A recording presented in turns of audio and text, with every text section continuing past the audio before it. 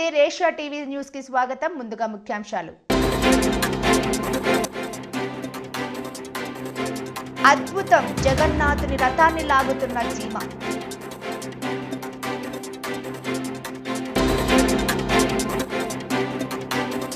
Olympics లో కాశ్యను ముద్దాడిన యువ shooter Swapnil కు లోక్సభ అభినందనలు. శ్రీశైలం జలాశయం 10 గేట్లు 18 అడుగుల మేర ఎత్తి దిగువకు నీటి విడుదల. ప్యారిస్ ఒలింపిక్స్ లో పురుషుల 50 మీటర్ల రైఫిల్ 3 పొజిషన్స్ 3Pలో భారత యువ షూటర్ స్వప్నిల్ కుసాలే కాంస్య పతకం గెలుచుకున్న విషయం తెలిసిందే. Voice over 1.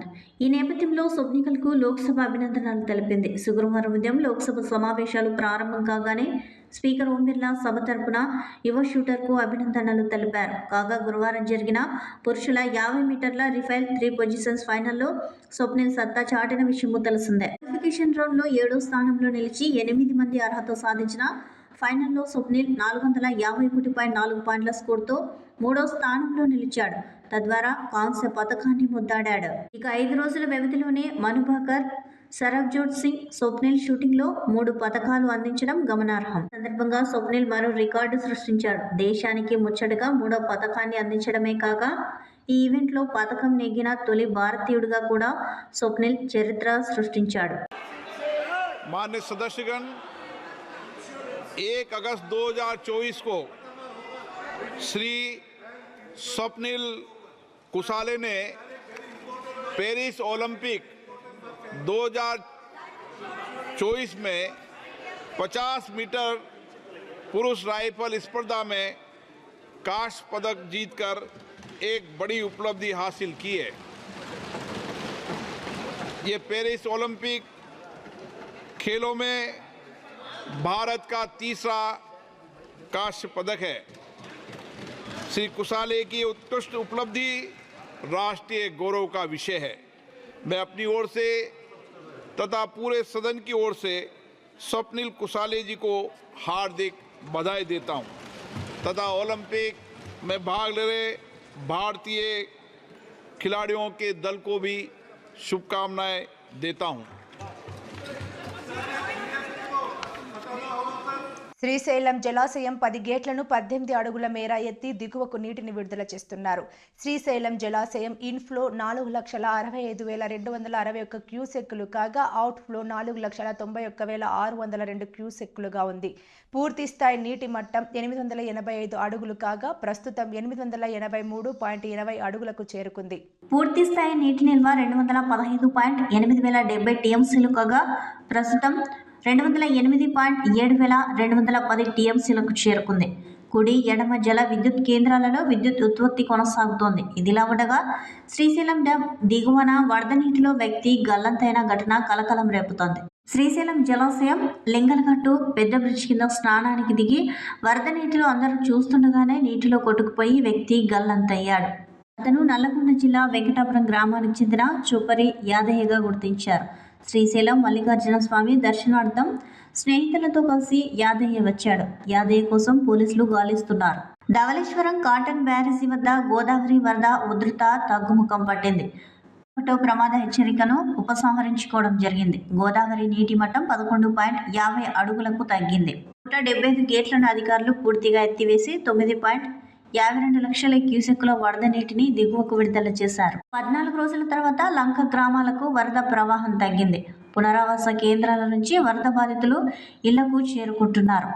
వరద ప్రవాహంలో మునిగిపోయి ఉద్యాన కాయగూరలు పంటలు కుళ్లిపోయాయి. పంట నష్టాన్ని అంచనా వేసి నివేదికను అధికారులు ప్రభుత్వానికి పంపారు. పోలవరం ప్రాజెక్టు వద్ద ప్రస్తుత గోదావరి నీటి మట్టం స్పిల్వే ఎగువన 32.205 మీటర్లుగా ఉంది.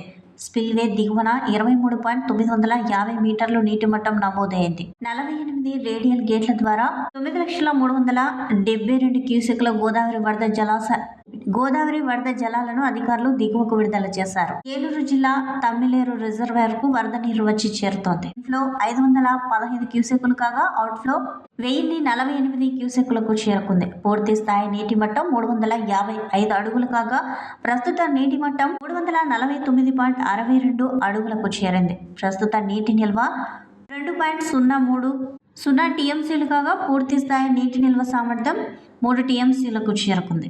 అనకాపల్లి జిల్లా ఆర్టీసీ కాంప్లెక్స్ సమీపంలో ఉన్న సర్వే నెంబర్ 60లోని 29.71 ఎకరాల శ్రీ సీతారామచంద్రస్వామి దేవస్థాన అంబికాబాగ్ భూములు సుమారు 1100 కోట్ల విలువైన దేవాదాయ భూములను పరిరక్షించాలని కోరుతూ ఈరోజు అనకాపల్లి సిపిఎం జిల్లా కార్యాలయంలో సిపిఎం జిల్లా కార్యదర్శి కె లోకనాథం, మండల కన్వీనర్ గంటా శ్రీరాములు పోస్టర్ ఆవిష్కరణ చేశారు. ఈ సందర్భంగా వారు ఆ భూములకు సంబంధించిన వీలునామా, కోర్టు జడ్జిమెంట్, ప్రభుత్వ గెజెట్ను ప్రదర్శించడం జరిగింది. వీటి ద్వారా ఈ భూములు శ్రీ రామచంద్రమూర్తి దేవస్థానంకు చెందినవిగానే ఉన్నాయని అన్నారు. ఆర్డీఓ జడ్జిమెంట్ కూడా వీటికి ధృవీకరించిందని అన్నారు. 2007లో రాష్ట్ర వ్యాప్తంగా పెద్ద ఎత్తున జరిగిన పోరాటాల్లో భాగంగా ఈ భూముల్లో సిపిఎం పార్టీ జెండాలను పాతి ఈ భూములను పేదలకు ఇళ్ల స్థలాలుగా ఇవ్వాలని కోరిందని అన్నారు. ఈ సందర్భంగా సిపిఎం నాయకులపై కేసులు పెట్టడంతో పాటు ఇవి దేవాదాయ భూములను కాబట్టి ఇవి ఎవరికి చెందవని ప్రభుత్వం వారు తెలిపారు. అలాంటి పరిస్థితుల్లో నేడు ప్రైవేట్ వ్యక్తులు వచ్చి ప్రొక్లైన్లతో భూమిని చదును చేస్తూ ఉంటే అధికారులు, ప్రభుత్వం ఏమి చేస్తుందని ప్రశ్నించారు. ఈ భూములను ఆక్రమించడానికి ప్రయత్నిస్తున్న వారిపై చట్టపరమైన చర్యలు తీసుకోవాలని డిమాండ్ చేశారు. లేకపోతే ప్రజా పోరాటాలకు సిద్ధం కావాల్సి వస్తుందని హెచ్చరించారు. శ్రీరామచంద్రమూర్తి దేవస్థానానికి సంబంధించి 29 ఎకరాలు భూమిని కాజేసేయాలనే ప్రయత్నం కుట్రపూరితంగా కొనతాల రజనీ గారు ప్రయత్నం చేస్తున్నట్లు బాగొట్ట. ఇది దేవుడు మాన్యానికి సంబంధించి రాజుగారు రాణిగారు రాసిచ్చిన పత్రం ఇది. దీనిలో అనేక అంశాలు దీనిలో పొందుపరుచున్నారు. దీంతో పాటు వాళ్ళు ప్రభుత్వం కూడా ఒక గజెట్ నోటిఫికేషను ఇచ్చింది. ఈ గజెట్ నోటిఫికేషన్కి సంబంధించిన దాంట్లో ఇది అంబిక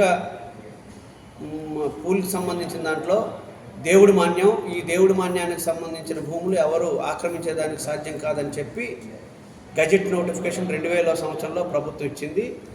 ఆ సందర్భంగానే 22A దీనికి సంబంధించిన దానిలో స్పష్టంగా పేర్కొనబడింది. ఇది ప్రభుత్వ భూములు, అట్లాగే ఎండోమెంట్ భూములు, ఈ భూములను ఎవరు ఆక్రమించేదానికి అవకాశం లేదండి. ఈ సందర్భంగానే అనేక మూలమలుపులు ఈ భూములకు సంబంధించి జరిగాయి. 1957లో రాణి గారు రాసిచ్చిన తర్వాత కొంతమంది 1967లో కోర్టుకు వెళ్ళారు. ఇది ట్రస్టీ ఏర్పడింది, ఆ భూములు మాకు ఇమ్మని కోర్టు కూడా స్పష్టంగా పేర్కొనబడింది. ఈ భూములు దేవాదాయానికి సంబంధించిన దానిలో నైవేద్యానికి సంబంధించి ఇచ్చిన భూములు కాబట్టి దానికి మాత్రం పెట్టుకోవాలి తప్ప ఇంకో దానికి పెట్టుకోవడానికి అవకాశం లేదని చెప్పి స్పష్టమైన తీర్పు ఇచ్చింది. ఇప్పుడు దాన్ని మసిపూసి మారేడుకాయ చేసి ఎవరో నోటరీ ఇచ్చారని చెప్పి కోర్టుకి వెళ్ళి రజనీ గారు ఒక స్టేటస్ కో తీసుకొచ్చారు. ఆ స్టేటస్ కో సంబంధించిన దానిలో దాని అర్థం ఏంటి? ఇప్పుడు ఈ భూములకు సంబంధించిన దానిలో యథాస్థితిగా ఉంచమని, అంతే తప్ప వెళ్ళి ఆక్రమించడం కాదు. మేము నిన్నే దేవాదాయ కమిషనర్కి వెళ్ళి కలిసి వాళ్ళకి వివరాలు అందజేసాం. ఎమ్మెల్యేకి వెళ్ళి ఎంపీలు వీళ్ళు ఎందుకు రియాక్ట్ అవ్వట్లేదు అనేది సిపిఎం పార్టీ మేము అడుగుతూ ఉన్నాం, డిమాండ్ చేస్తూ ఉన్నాం. ఎందుకంటే ప్రభుత్వ భూములకు సంబంధించి గత 5 ఏళ్ళ నుండి వేలాది ఎకరాలు ఆక్రమణకు గురయ్యాయి. దీనికి సంబంధించిన దాంట్లో అసెంబ్లీలో కూడా ఒక పెద్ద చర్చ జరిగింది. ఆ సందర్భంగానే కొంతల రామకృష్ణ గారు జోక్యం చేసుకొని మన విలువలతో కూడిన రాజకీయాలు చేయాలి, ప్రభుత్వ భూములు ఏవి ఆక్రమించకూడదు అని స్పష్టంగా చెప్పారు. కానీ ఆయన నియోజకవర్గంలో 66 సర్వే నెంబర్లో 30 ఎకరాల భూమి ప్రభుత్వ ఎండోమెంట్ భూమి ఆక్రమణకు గురవుతూ ఉంటే ఎందుకు స్పందించట్లేదు అనేది. అదే కాదు, సీఎం రమేష్ గారు ఎన్నికల సందర్భంగా ఎవరో ఒక వ్యాపారికి జిఎస్టీ పేరుతో అన్యాయం జరిగిందని పెద్ద రఫ్తారు చేశారు, పెద్ద దుమారే లేపారు. ఎవరికి అన్యాయం జరిగినా నేను ఇలాంటి పద్ధతులను వ్యవహారం చేస్తామని. గత 20 రోజుల నుండి ఈ భూమికి సంబంధించి ఆక్రమణకు గురవుతుంటే ఇక్కడ ఎంపీ ఎందుకు స్పందించట్లేదు? అంటే ఇక్కడ ఉన్న ఎమ్మెల్యే కానీ ఎంపీ కానీ ప్రభుత్వ భూముల్ని పరిరక్షించడానికి కాదా అని మేము ప్రశ్నిస్తూ ఉన్నాం. అంటే ఎవరైతే ప్రైవేట్ వ్యక్తులు ఉన్నారో వాళ్ళతో కుమ్మక్కయ్యారనేది. అనకాపల్లి జిల్లా పోలీస్ కార్యాలయం ఎస్పీ దీపిక ఐపీఎస్ శుక్రవారం విలేకరుల సమావేశం నిర్వహించారు. ఈ సమావేశంలో ఆమె మాట్లాడుతూ 100 రోజులు గంజాయి నిర్మూలన యాక్షన్ ప్లాన్లో భాగంగా సిబ్బంది చేత ప్రతిష్ఠ నిఘా ఏర్పాటు చేశామని తెలిపారు. రావికమతం చీడికాడ పోలీస్ స్టేషన్ పరిధిలో 2 వేర్వేరు కేసుల్లో 12,30,000 విలువ చేసే 246 కేజీల గంజాయిని పట్టుకుని 5 ముద్దాయిలను అరెస్టు చేశామని తెలిపారు. నిందితుల నుండి ఒక వ్యాన్, ఒక ఆటో, ఒక ద్విచక్ర వాహనం, 6 సెల్ ఫోన్లు స్వాధీనం చేసుకున్నామని అన్నారు. నిందితుల్లో 4 అల్లూరు జిల్లాకు చెందిన వారని, ఒకరు కృష్ణా జిల్లా వ్యక్తి అని అన్నారు. గంజాయి కేసుల్లో పూర్తి స్థాయి విచారణ జరిపి అక్రమ రవాణాకు పాల్పడిన వారితో పాటు అమ్మకాలు, కొనుగోలుకు పాల్పడుతున్న కింగ్ఫిషర్లను గుర్తించి వారిని త్వరలోనే అరెస్టులు చేస్తామని అన్నారు. గంజాయి స్వాధీనం చేసుకుని నిందితులను అరెస్ట్ చేసిన సిబ్బందిని ఆమె ప్రశంసా పత్రాలతో అభినందించారు. యాక్షన్ ప్లాన్ అగైన్స్ గాంజా పాటుగా మనం మొత్తం అనకాపల్లి డిస్ట్రిక్ట్లో కూడా గాంజా మీద నిఘా పెంచడం జరిగింది. సో ఈ ఎఫర్ట్స్ రిజల్ట్గా నిన్న మనకి 2 మేజర్ క్యాచెస్ అయినాయి. చీరికాడ పోలీస్ స్టేషన్ లిమిట్స్లో ఒక 150 kgs గాంజా పట్టుకున్నాము.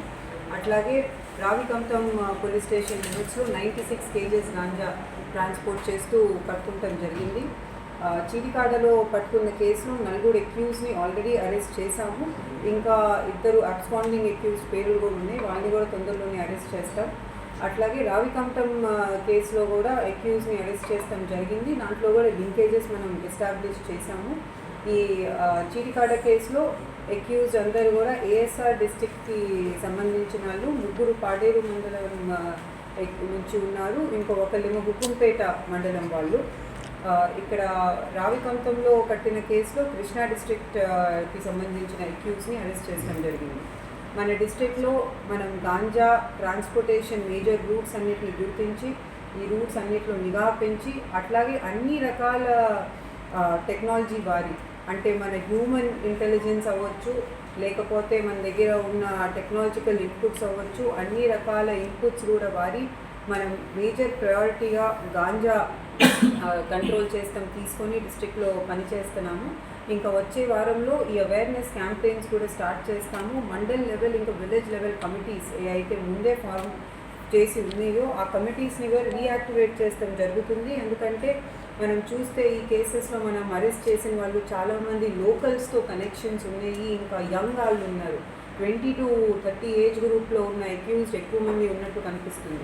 సో ఇలాంటి అక్యూజ్ని ఇలాంటి పనుల్లోకి వెళ్ళకూడదు అని వాళ్ళు ఒక అవగాహన కలిగిస్తానికి village level, mandal level committees ద్వారా కూడా మన డిస్ట్రిక్ట్లో ఇంకా చర్యలు తీసుకుంటాం. సర్పవరం SHOగా CI B Peddiraju, Kakinada rural సిఐగా డిఎస్ చైతన్య కృష్ణ బాధితులు. ఐజీపీ ఏలూరు రేంజ్ మరియు జిల్లా ఎస్పీ ఉత్తర్వుల మేరకు సాధారణ బదిలీలో భాగంగా SHO సర్పవరం స్టేషన్ సిఐగా పెద్దిరాజు, కాకినాడ రూరల్ సిఐగా డిఎస్ చైతన్య కృష్ణ బాధితులు చేపట్టినట్లు వారికి తెలియజేశారు. ఈ సందర్భంగా సిఐ పెద్దిరాజు మాట్లాడుతూ గతంలో ఉమ్మడి తూర్పుగోదావరి జిల్లాలో రావులపాలెం క్రైమ్ రాజోలు సిఐగా పనిచేయడం జరిగిందని తెలిపారు. ఏలూరు విఆర్ నుండి నేరుగా SHO సర్పవరం పోలీస్ స్టేషన్ కి సిఐగా రావడం జరిగిందని తెలిపారు. లా అండ్ ఆర్డర్ ను సక్రమంగా నిర్వర్తిస్తామని, మహిళల పట్ల అవాంఛనీయ సంఘటనలు జరగకుండా తగు జాగ్రత్తలు చేపడతామని, ట్రాఫిక్ సమస్యలు లేకుండా చర్యలు తీసుకుంటామని తెలిపారు. ఈ సందర్భంగా పలువురు నాయకులు, సిబ్బంది బాధ్యతలు చేపట్టిన సిఐలకు మర్యాదపూర్వకంగా కలుసుకుని బొకేలు ఇచ్చి శుభాకాంక్షలు తెలియజేశారు. పెద్దిరాజు ఈరోజు ఐజీపీ ఏలూరు రేంజ్ వారి యొక్క ఉత్తర్వుల ప్రకారం, అదేవిధంగా సూపరింటెండెంట్ ఆఫ్ పోలీసు కాకినాడ జిల్లా వారి ఉత్తర్వుల ప్రకారం ఈరోజు SHO ఈ సర్పవరం పోలీస్ స్టేషన్గా జాయిన్ అయ్యాను. నేను ఇంతకుముందు ఉమ్మడి తూర్పుగోదావరి జిల్లాలో ఫస్ట్ నాకు ప్రమోషన్ వచ్చిన వెంటనే రావులపాలెం క్రైమ్ సిఐగా పనిచేశాను. తదనంతరం రాజోలు సర్కిల్ ఇన్స్పెక్టర్గా పూర్తికాలం పనిచేశాను. అదేవిధంగా రావులపాలెం సర్కిల్ ఇన్స్పెక్టర్గా పూర్తికాలం అక్కడ పనిచేశాను. అదేవిధంగా ఈరోజు ఇక్కడ మరలా సర్పవరం పోలీస్ స్టేషన్ ఛార్జ్ తీసుకోవడం జరిగింది SHOగా. ముందుగా నేను ఎక్కడ పనిచేసినా లా అండ్ ఆర్డర్ని సక్రమంగా నిర్వర్తించడం నా ప్రథమ కర్తవ్యం. అదేవిధంగా మహిళల పట్ల ఏ విధమైనటువంటి అవాంఛనీయ సంఘటనలు జరగకుండా మహిళల యొక్క భద్రత కొరకు చాలా కట్టుదిట్టంగా పోలీసింగ్ చేయడం జరుగుతుంది. అదేవిధంగా మా ఏరియాలో ఉన్నటువంటి ట్రాఫిక్ సమస్య లేకుండా ట్రాఫిక్ క్రమబద్ధీకరించడం కానీ, తర్వాత ఈ యొక్క ప్రాపర్టీ అఫెన్స్లని వాటిని తగ్గించడంలో, బీట్స్ని ఇంప్రూవ్మెంట్ చేయడంలో కానీ, అదేవిధంగా క్రైమ్ పార్టీస్ని యాక్టివేట్ చేసి పాత నేరాలు పెండింగ్ ఏమైనా ఉంటే వాటిని కూడా డిటెక్ట్ చేసి ఈ ఆస్తులు కోల్పోయిన వాళ్ళకి రికవరీ ఇప్పించడంలో కానీ ఇవన్నీ కూడా ప్రథమ ప్రాధాన్యతలుగా చేస్తూ, అదేవిధంగా ఈ తెలుగుదేశం జనసేన అండ్ బీజేపీ కూటమి ప్రభుత్వం ఏదైతే ఉందో వాళ్ళు నిర్దేశించుకున్నటువంటి ఆశయాలు ఏవైతే ఉన్నాయో ఆ ఆశయాలకి ఎక్కడా భంగం లేకుండా, అదేవిధంగా అందరినీ సమానంగా చూస్తూ ఏ విధమైనటువంటి పక్షపాతం లేకుండా పార్టీ రహితంగా అందరికీ కూడా సక్రమైనటువంటి సేవలు అందించడానికి నా ప్రథమ కర్తవ్యంగా పెట్టుకుని ఈ పోలీస్ స్టేషన్లో పనిచేయడానికి వచ్చి ఈరోజు నేను ఛార్జ్ తీసుకోవడం జరిగింది. వరద ప్రభావిత ప్రాంతాల్లో లంక గ్రామాల 45 మంది రైతులకు 4 టన్నుల పశుగ్రాసం అందజేసిన జనసేన పార్టీ ఇన్ఛార్జ్ బండారు శ్రీనివాసు పశు సంవర్ధక శాఖ అధికారులు. ఏపీలో ఎన్డీఏ కూటమి ప్రభుత్వం పాడి పంటలకు అగ్ర తాంబూలం ఇస్తుందని కొత్తపేట నియోజకవర్గం జనసేన పార్టీ అధ్యక్షుడు బండారు శ్రీనివాస్ పేర్కొన్నారు. ఆలమూరు మండలం మూలస్థాన అగ్రహారం లంకలో ఇటీవల గోదావరి ఏర్పడిన వరదలతో ఆ గ్రామ పశు పోషకాలకు పశుగ్రాసం కొరత ఏర్పడడంతో స్థానిక నాయకుల ద్వారా సమాచారం అందుకున్న బండారు సోదరులు జిల్లా పశు సంవర్ధక శాఖ అధికారులతో చర్చించి తక్షణ సాయంగా డాక్టర్ బిఆర్ అంబేద్కర్ కోనసీమ జిల్లా కొత్తపేట నియోజకవర్గ పరిధిలోని ఆలమూరు మండలం మూలస్థాన అగ్రహారంలో పశు వైద్యశాల వద్ద 45 మంది రైతులకు 4 టన్నుల పశుగ్రాసం మంజూరు చేయించి ఆలమూరు పశు సంవర్ధక శాఖ మీడియల్ అతనితో కలిసి రైతులకు పంపిణీ చేశారు. అలాగే అన్ని పశువులకు సీజనల్ వ్యాధిని పడకుండా వ్యాధి నిరోధక టీకాలను అందజేశారు. కార్యక్రమంలో మండల జేఎస్పీ అధ్యక్షుడు రెడ్డి సత్య, సలాది జయప్రకాష్, నారాయణ, తోరాటి అర్జున్, సంగీత సుభాష్, తమ్మన భాస్కర్రావు, నాగిరెడ్డి వెంకటేశ్వరరావు, నాగిరెడ్డి మహేష్, లంకా వరప్రసాద్, పలువురు రైతులు పాల్గొన్నారు. ఈరోజు కొత్తపేట నియోజకవర్గంలో ఆలమూరు మండలం మూలస్థాన గ్రామాన్న మన ఎన్డీఏ కూటమి ప్రభుత్వం తరపున రైతులకు దానా అంటే గోదావరి వచ్చేసి మొత్తం మునిగిపోయి దూళ్ళకి దానా కూడా అందించాలి అని రైతులు కోరిన వెంటనే మన కూటమి ప్రభుత్వం తరఫున స్థానిక శాసనసభ్యులు బండారు సత్యానందరావు వచ్చి పరిశీలించి అన్నీ కూడా వెంటనే ఈ గ్రామంలో రైతులందరికీ ఎదులకి దూళ్ళకి అందరికీ కూడా దానా అందించాలనే ఆలోచనతో సుమారు 165 వరకు దానా కిట్లు ఈరోజు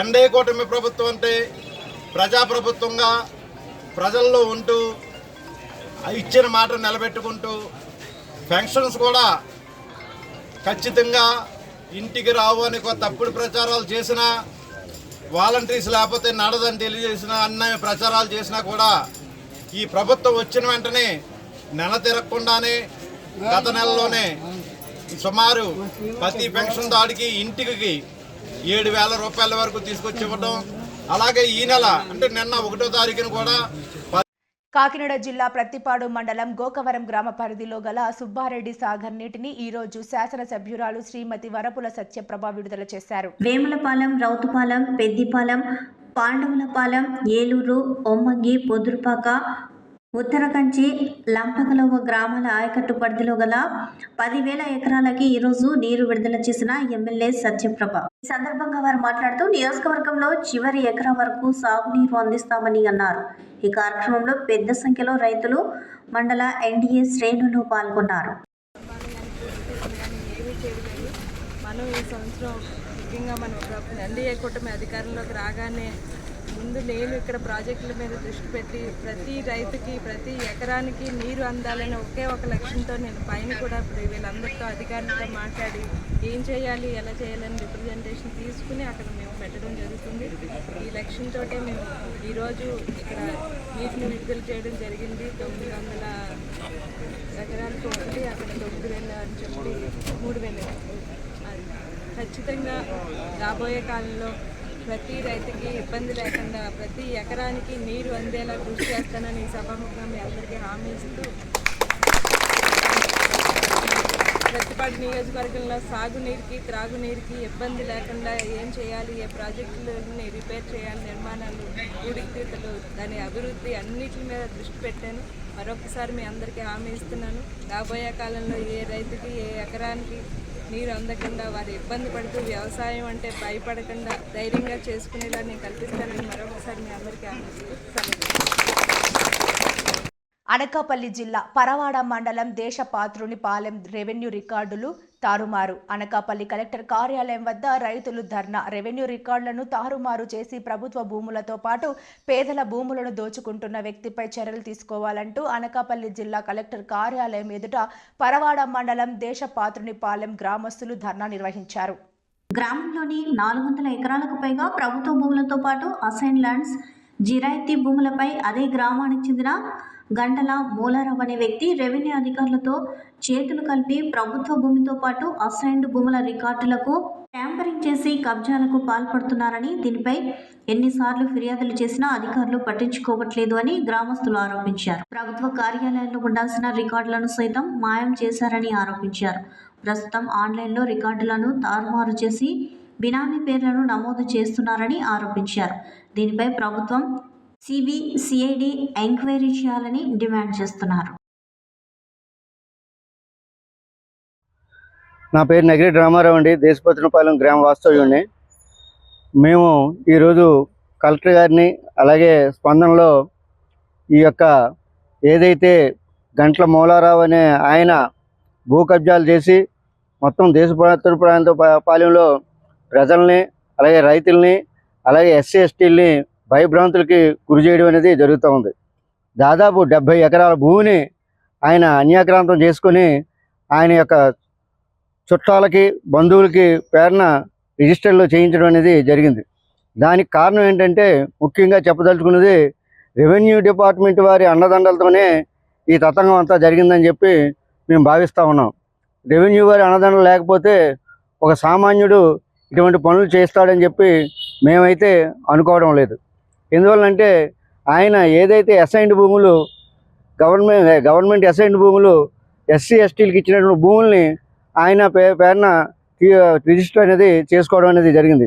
అలాగే ఏదైతే ఆ యొక్క రైతుల యొక్క జరాయితీ భూములను కూడా వాళ్ళని భయపెట్టి వాళ్ళ పేరున రిజిస్టర్ అనేది చేసుకోవడం అనేది జరిగింది, ఆయన పేరున రాయించుకోవడం అనేది జరిగింది. దీనికి పరవాడ ఎంఆర్ఓ ఆఫీసులో పూర్తి సహాయ సహకారాలు అనేవి అందుతూ ఉన్నాయి.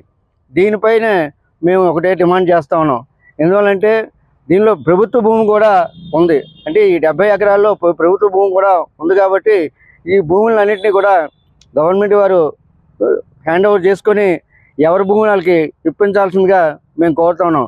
గవర్నమెంట్ భూమి గవర్నమెంట్ తీసుకోవాలి, ఆ ఎస్సీ ఎస్టీలకు ఇచ్చినటువంటి భూమిని ఎస్సీ ఎస్టీలకు ఇవ్వాలి, అలాగే రైతుల దగ్గర తీసుకున్న భూముల్ని రైతులకి దారాదత్తం చేయాల్సినటువంటి బాధ్యత రెవెన్యూ డిపార్ట్మెంట్ మీద ఉందని చెప్పి కూడా మేము మనవి చేస్తున్నాం.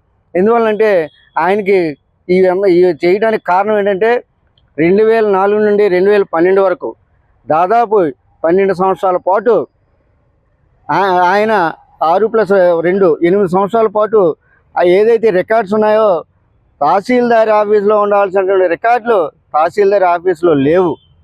ఆ రికార్డులన్నీ కూడా ఈ మూలారావు గారి దగ్గరే ఉన్నాయన్నది మాకున్నటువంటి ఇన్ఫర్మేషన్. కాబట్టి రెవెన్యూ రికార్డులు కూడా ఆయన దగ్గర పెట్టుకొని ఆ రికార్డులు ట్యాంపరింగ్ చేసి ఈ విధమైనటువంటి భూ కబ్జాకి పాల్పడ్డాడనేది మా యొక్క అభిప్రాయం. కాబట్టి గౌరవనీయులైనటువంటి కలెక్టర్ గారు అలాగే ఆర్డీఓ గారు దీని మీద సమగ్ర దర్యాప్తు జరిపి మా భూములు మాకు అప్పగించాల్సిందిగా కోరుతా ఉన్నాం. లేకపోతే దీన్ని ఇంకా కూడా పెద్ద ఎత్తున మేము ఉద్యమించేదాన్ని కూడా వెనకారం అని చెప్పి కూడా మేము మనవి చేస్తూ ఉన్నాం. ఒడిశాకు చెందిన సూక్ష్మ స్వర్ణకారుడు శ్రీకాంత్ అద్భుతం సృష్టించాడు. సూక్ష్మ బంగారు జగన్నాథుని రథాన్ని తయారు చేసి అబ్బురపరిచాడు. దానిని చీమతో లాగించాడు. దీనిని 0.580 మిల్లీగ్రాముల బంగారంతో తయారు చేశారు. ఈ రథం పొడవు 11.5 మిల్లీమీటర్లు, వెడల్పు 8 మిల్లీమీటర్లు, ఎత్తు 12 మిల్లీమీటర్లు. 12 రోజుల పాటు శ్రమించి దీన్ని తయారు చేసినట్లు శ్రీకాంత్ తెలిపారు. స్వాతిరెడ్డి అనే మహిళ ఈ వీడియోను ఎక్స్లో పోస్ట్ చేయగా వైరల్ అవుతోంది. వార్తలు ముగించే ముందు ముఖ్యాంశాలు మరోసారి. అద్భుతం, జగన్నాథుని రథాన్ని లాగుతున్న చీమ.